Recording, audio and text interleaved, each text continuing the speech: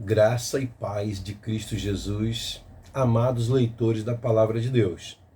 Hoje, na nossa 27ª leitura dos nossos 250 textos bíblicos que narram o enredo da história da nossa salvação, vamos ver os desdobramentos graciosos, meus irmãos, de toda aquela trágica situação que lemos ontem, quando o povo flagrantemente traiu o Senhor depois que adorou aquele bezerro de ouro. Êxodo 32. Esta é a sua jornada bíblica, 250 dias lendo a Bíblia numa visão panorâmica das Sagradas Escrituras. Vamos então à nossa leitura de hoje, Êxodo 33 e 34. Vamos ler esses dois capítulos exatamente na sequência de onde paramos ontem. Diz assim a palavra do Senhor. Depois ordenou o Senhor a Moisés: saia deste lugar, com o povo que você tirou do Egito, e vá para a terra que prometi com juramento a Abraão, a Isaque e a Jacó, dizendo: eu a darei a seus descendentes. Mandarei à sua frente um anjo, e expulsarei os cananeus, os amorreus, os hititas, os ferezeus, os heveus e os jebuseus. Vão para a terra onde há leite e mel, com fartura, mas eu não irei com vocês, pois vocês são um povo obstinado, e eu poderia acabar destruí-los no caminho. Meus irmãos, de novo Deus testa a fé de Moisés, mas Deus é sincero em expressar o que está sentindo. É importante a gente entender que Deus tem sentimentos, como nós, meus irmãos. E Deus realmente está se sentindo, irado, indignado com o que aconteceu.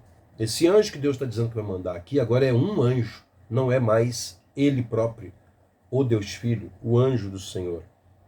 A coisa realmente muda de figura. Deus está de novo testando a fé de Moisés e do povo. Tudo isso que vai acontecer aqui, irmãos, vai servir de lição para o povo de Israel. Escolhidos pela graça. Yancey Stafford comenta esse versículo 3, onde eles dizem assim: esta cena marcante mostra Moisés pedindo a Deus que não abandone os israelitas, seu povo escolhido. No final, Deus consente em levá-los. Versículo 17, vamos ler daqui a pouco. Por que os filhos de Israel foram escolhidos? Por que não outra raça? Ao mencionar a questão, a Bíblia não oferece nenhuma resposta compreensiva. No geral, a resposta se resume a algo assim: terei misericórdia de quem eu quiser ter misericórdia. Versículo 19, vamos ler também daqui a pouco. Stafford e Yancey gostam de dar spoiler. Estão vendo, irmãos? Deus se reserva o direito de escolher quem ele quiser. Êxodo, contudo, esclarece que os israelitas não foram escolhidos por sua coragem, nobreza ou mesmo fidelidade. A seleção deles foi um ato da pura graça de Deus. Ninguém mais merecia o crédito. Sabe o que isso significa para você e para mim? É que tem chance para nós. Tem chance para nós. Deus não olha para nossos defeitos, irmãos. É pura graça dele. Ele só pede uma coisa: me obedeçam. Me questionem com humildade, só para me entender melhor. Mas não fica tentando me ensinar a fazer meu trabalho, ou não fica tentando criar suas próprias impressões do que eu estou fazendo. Como pareceu ser lá no bezerro de ouro, O bezerro foi construído, mas a festa era para o Senhor. É como se quisessem dar uma cavalgadura para Deus ir montado, levando eles para Canaã. Não se ensina Deus a caminhar, não se ensina Deus a trabalhar, não se faz as coisas do seu próprio jeito, irmãos? Vamos lá. Versículo 4. Quando o povo ouviu estas palavras terríveis, começou a chorar. E ninguém usou enfeite algum. Ninguém tinha mais nem graça, Tinha morrido 3.000 pessoas, irmãos? No dia anterior. Isso porque o Senhor ordenara que Moisés dissesse aos israelitas: vocês são um povo obstinado. Se eu fosse com vocês, ainda que por um só momento eu os destruiria. Agora, tirem os seus enfeites, e eu decidirei o que fazer com vocês. Por isso, do Monte Horebe em diante, os israelitas não usaram mais nenhum enfeite, nada de brinco, nada de colar, né? E tal. A tenda do encontro. Moisés costumava montar uma tenda do lado de fora do acampamento. Ele a chamava tenda do encontro. Não é o tabernáculo, tá, irmãos? Esse é o assunto da nossa leitura de amanhã. É a tenda do encontro. É uma espécie de um quarto de oração, um quarto secreto de oração de Moisés com Deus. Todos nós deveríamos ter um lugar secreto desse, um quartinho de guerra, né? Como sugeriu um filme há pouco tempo atrás aí, né, irmãos? Quem quisesse consultar o Senhor ia à tenda, fora do acampamento. Sempre que Moisés ia até lá, todo o povo se levantava e ficava em pé à entrada das suas tendas, suas moradias, observando-o até que ele entrasse na tenda. Assim que Moisés entrava, a coluna de nuvem descia, a Shekinah, a glória manifesta de Deus, e ficava à entrada da tenda, enquanto o Senhor falava com Moisés. Quando o povo via a coluna de nuvem parada à entrada da tenda, todos prestavam adoração em pé, cada qual na entrada de sua própria tenda. Eles estão ficando mais devotos, né, irmãos? Depois do que aconteceu, né? O Senhor falava com Moisés face a face, como quem fala com seu amigo. Coisa linda, irmãos. Depois Moisés voltava ao acampamento, mas Josué, filho de Nun, que lhe servia como auxiliar, não se afastava da tenda. Esse moço está começando a mostrar a principal qualidade para ser um líder de Deus: gostar de estar na presença de Deus. Hã? Não é à toa que ele vai ser escolhido depois para ser o general da conquista. Moisés diante da glória de Deus. Disse Moisés ao Senhor: Tu me ordenaste, conduza este povo, mas não me permite saber quem enviarás comigo. Disseste: Eu o conheço pelo nome e de você tenho me agradado. Se me vês com agrado, revela-me os teus propósitos, para que eu te conheça e continue sendo aceito por ti. Lembra de que esta nação é o teu povo, Senhor. Respondeu o Senhor: Eu mesmo o acompanharei e lhe darei descanso. Então Moisés lhe declarou: Se não fores conosco, não nos envies. Como se saberá que eu e o teu povo podemos contar com teu favor se não nos acompanhares? Que mais me poderá distinguir a mim e ao teu povo de todos os demais povos da face da terra, se não for que não seja a tua presença aqui, né? Que linda essa parte, irmãos. O Senhor disse a Moisés: Farei o que me pede, porque tenho me agradado de você e o conheço pelo nome, Moisés. Deus te conhece pelo nome, meu irmão. Ele se agrada de você.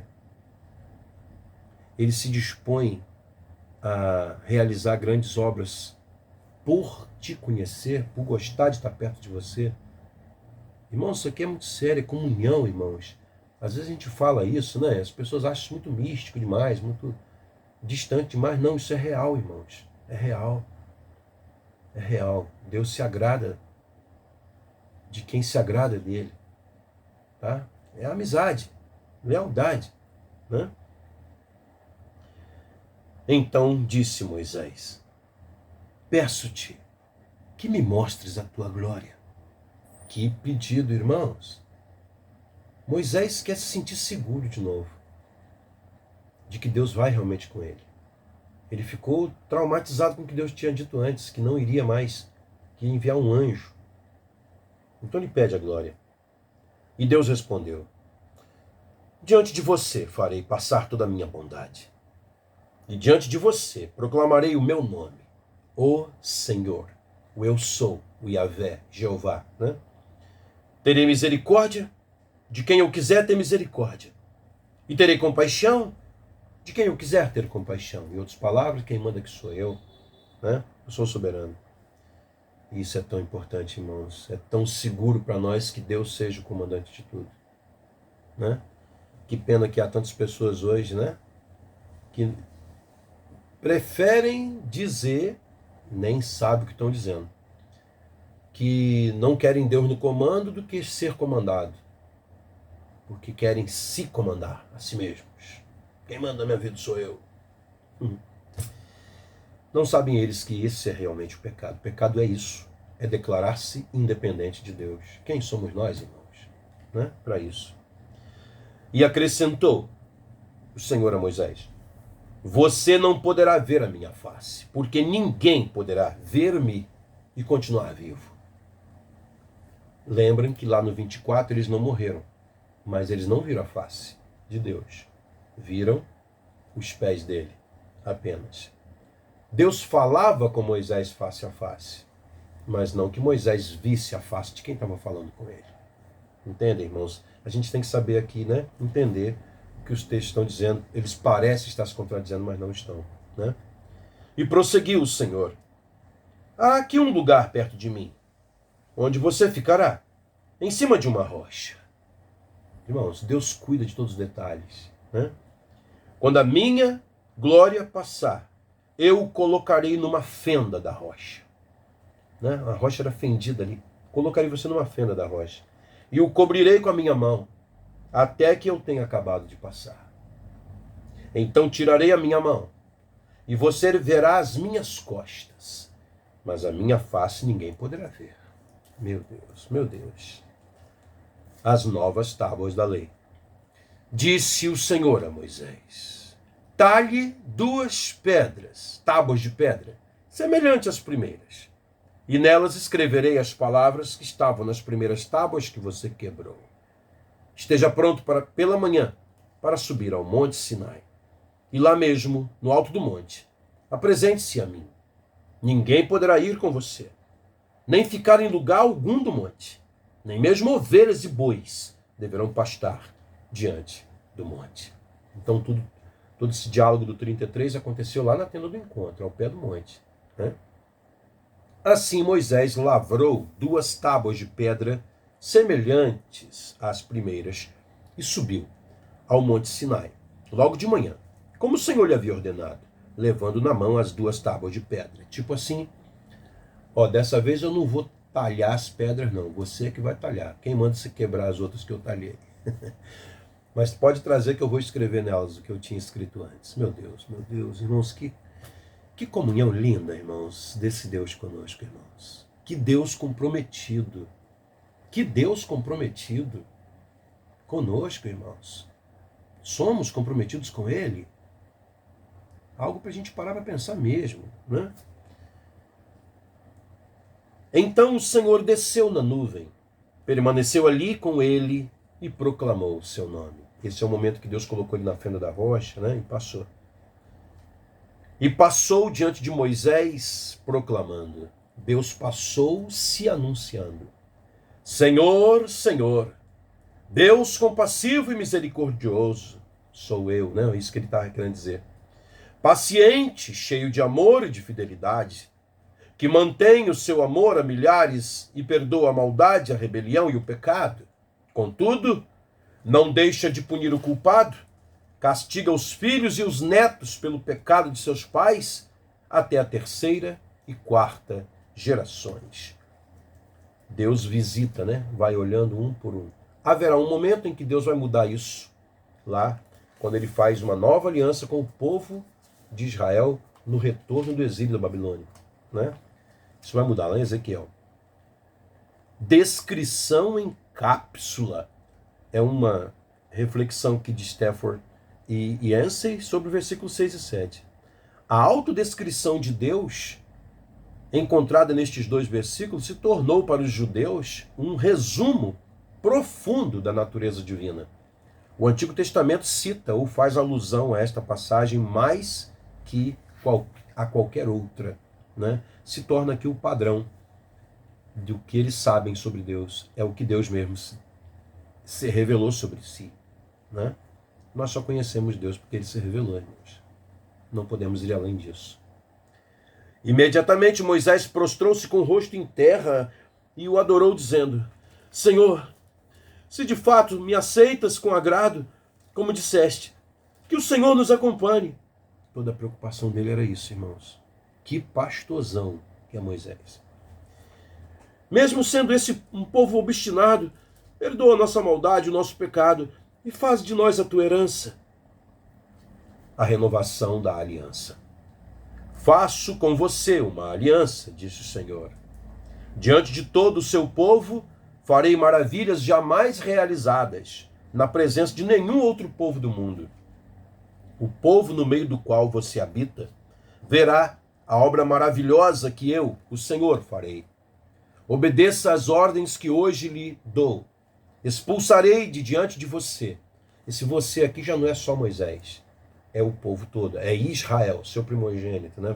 Deus fala no singular porque está falando com o seu filho primogênito, Israel.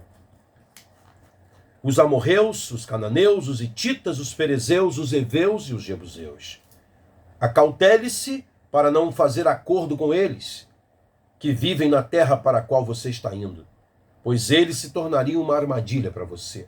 Ao contrário, derrube os altares deles, quebre as suas colunas sagradas e corte os seus postes sagrados, obeliscos, tá, irmãos, que eram objetos fálicos, pervertidos, tá, de uma religião movida a orgias sexuais, bebedeiras, uma coisa horrorosa, tá?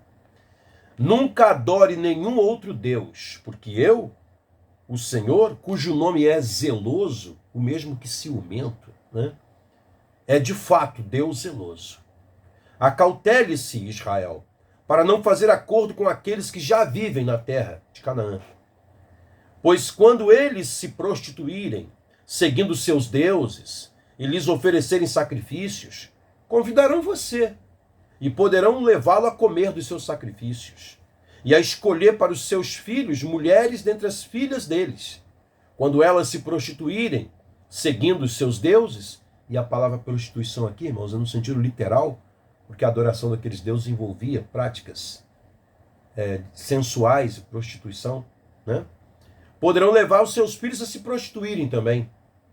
Não faça ídolos de metal para você, Israel. Celebre a festa dos pães sem fermento. É a festa da Páscoa. Durante 7 dias, coma pão sem fermento, como lhe ordenei. Faça isso no tempo certo, no mês de Abibe, o primeiro mês, que é aproximadamente o março, abril nosso, né? A época que nós estamos. Né? Porquanto naquele mês você saiu do Egito. O primeiro a nascer de cada ventre, me pertence, os primogênitos. Todos os machos dentre as primeiras crias dos seus rebanhos. Bezerros, cordeiros, cabritos. Resgate com um cordeiro cada primeiro jumentinho que nascer. Mas se não o resgatar, quebre-lhe o pescoço. Resgate todos os seus primogênitos. Quer dizer, jumento não poderia ser oferecido de sacrifício a Deus. Teria que ser resgatado por um cordeiro. Se não pudesse ser resgatado por um cordeiro, teria que ser sacrificado, mas apenas morto, sem oferecer a Deus, né? Ninguém compareça perante mim de mãos vazias. Algo para se pensar nos nossos cultos, né, irmãos? Trabalhe 6 dias, mas descanse no 7º, tanto na época de arar como na época da colheita. Celebre a festa das semanas, é a festa de Pentecostes, da colheita do cereal. Na ocasião dos primeiros frutos da colheita do trigo e a festa do encerramento da colheita no fim do ano. 3 vezes por ano, todos os homens do seu povo comparecerão diante do soberano, o Senhor, o Deus de Israel. Expulsarei nações de diante de você e ampliarei o seu território. Isso foi na época de Josué, né, de Davi, Salomão. Quando você subir 3 vezes por ano para apresentar-se ao Senhor, o seu Deus, ninguém cobiçará a sua terra. Ou seja, eu vou guardar a sua terra, vou proteger. Não me ofereça o sangue de nenhum sacrifício misturado com algo fermentado. E não deixe sobra alguma do sacrifício da festa da Páscoa até a manhã seguinte. Traga o melhor dos primeiros frutos da terra ao santuário do Senhor, o seu Deus. As primícias, né? Não cozine o cabrito no leite da própria mãe. Este mandamento meio estranho, né? Diz respeito a práticas de magia para conseguir sorte nas ninhadas dos filhotes, né? Práticas mágicas. pagãs, né? Disse o Senhor a Moisés: escreva essas palavras, porque é de acordo com elas que eu faço aliança com você e com Israel. Você, Moisés, como líder, e com Israel como povo. Deus, quando faz aliança, faz com o pastor e a igreja, com o pai e a família, com o presidente e a empresa. Deus olha com carinho os líderes que ele escolhe, né? Moisés ficou ali com o Senhor 40 dias e 40 noites, sem comer pão, nem beber água, já pela segunda vez, já vai para 80 dias. E escreveu nas tábuas as palavras da aliança, os 10 mandamentos. Moisés não sentiu fome nem sede, irmãos. A presença de Deus o alimentava. Falei dos líderes agora há pouco. Por que Deus trata com tanto carinho os líderes? Por que Deus faz aliança com o líder e com o povo que ele lidera? Porque Deus sabe o que é ser líder, irmãos. Ele se identifica com o nosso fardo, que é pesado, de liderança, né? O rosto resplandecente de Moisés. Ao descer do Monte Sinai, com as 2 tábuas da aliança nas mãos, Moisés não sabia que o seu rosto resplandecia por ter conversado com o Senhor. Por ter tido a experiência de ver a glória de Deus passar, o rosto dele ficou, né, impregnado daquela glória, aquele brilho, né? Quando Arão e todos os israelitas viram Moisés com o rosto resplandecente, tiveram medo de aproximar-se dele. Ele, porém, os chamou. Arão e os líderes da comunidade atenderam. E Moisés falou com eles. Tipo assim, por que vocês estão assim, tão estranhos? Vem cá, fala comigo, sou eu, né? Tipo assim, né? Depois todos os israelitas se aproximaram e ele lhes transmitiu todos os mandamentos que o Senhor lhe tinha dado no Monte Sinai. Ficou todo mundo com medo.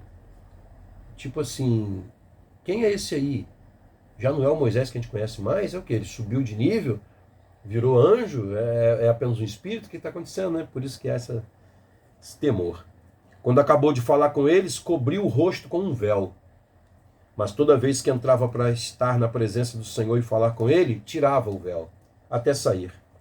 Sempre que saía e contava aos israelitas tudo que lhe havia sido ordenado, eles viam que o seu rosto resplandecia, ou seja, isso permaneceu durante um tempo, né? Então, de novo, Moisés cobriu o rosto com o véu, até entrar de novo para falar com o Senhor. Então, o véu era meio que para filtrar aquele brilho todo e eles poderem se aproximar dele, né, sem medo, né, sem nenhum tipo de temor. Irmãos, a meditação de hoje é quando Deus se fez evidente. Poucos ateus, mas muitos rebeldes. Stafford e Yancey nos trazem a seguinte reflexão. Por que Deus não intervém mais, hein? Por que ele não alimenta diretamente os pobres? Cura os enfermos e interrompe as guerras? Se Deus realmente existe, por que afinal ele não se faz mais evidente? As pessoas que fazem esse tipo de perguntas, muitas vezes presumem que se Deus alguma vez revelasse a si mesmo de forma espetacular, as dúvidas se dissipariam, todos se juntariam para crer nele. Reações surpreendentes. Êxodo relata uma ocasião em que Deus se fez totalmente evidente. As pragas no Egito revelaram seu incrível poder. Ele realizou um milagre imenso no Mar Vermelho, que resultou numa libertação sensacional. De forma miraculosa, ele proveu alimento para os israelitas a cada manhã. E se por acaso surgissem dúvidas sobre a existência de Deus, aqueles que duvidavam só precisavam olhar para o onipresente nuvem de glória e coluna de fogo. Não deve ter sido fácil ser ateu naqueles dias. Ainda assim, cada exemplo da fidelidade de Deus parecia gerar surpreendente infidelidade humana.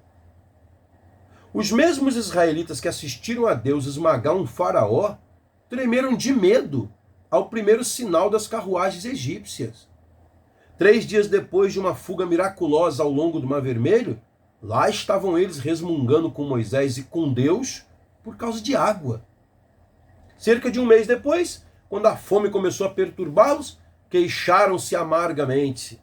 Quem dera a mão do Senhor nos tivesse matado lá no Egito. Lá nos sentávamos ao redor das panelas de carne, comíamos pão à vontade. Será mesmo, irmãos? Que povo ingrato. Mas vocês nos trouxeram a este deserto para fazer morrer de fome toda essa multidão. Capítulo 16, versículo 3. Deus respondeu providenciando maná, ação mantida por 40 anos. E codornas, né? Mas os israelitas logo estavam reclamando por causa de água mais uma vez. A grande rebelião. Êxodo 32, que foi a leitura de ontem, né? Mostra o que há de pior nos israelitas. O povo que comera maná pela manhã, que acabara de jurar solenemente guardar cada palavra da aliança, que estava naquele momento ao lado de uma montanha tempestuosa com a presença do Senhor, este mesmo povo começou a derreter joias de ouro e a desrespeitar flagrantemente o primeiro e o segundo mandamentos. Não ter outros deuses além dele, só ele, sozinho, exclusivo. Não vale nem sequer ter um Deus a mais junto com ele. O que deve até parar para a gente pensar, irmãos, o que é idolatria hoje, né? Tem muitas pessoas idólatras hoje que juram que nós não estamos idolatrando.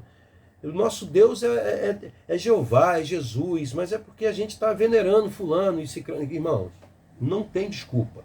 É somente, único e exclusivamente Deus. E sem imagem de escultura envolvida. E ponto. E ponto. Tá? Não tem para onde escapar. Tá? Povo obstinado. Foi como Deus chamou os israelitas enquanto a sua ira se acendia contra eles. Já lemos isso ontem no 32:9. Somente o apelo eloquente de Moisés, comovente também, desse pastorzão, né, salvou a vida daquele povo. A história dos israelitas deveria pregar a tampa do caixão em cima da noção de que demonstrações impressionantes do poder de Deus garantirão a fé. Jesus diria mais tarde: se não ouvem a Moisés e os profetas, tampouco se deixarão convencer, ainda que ressuscite alguém dentre os mortos. Foi o que pai Abraão disse ao rico no inferno, em Lucas 16:31.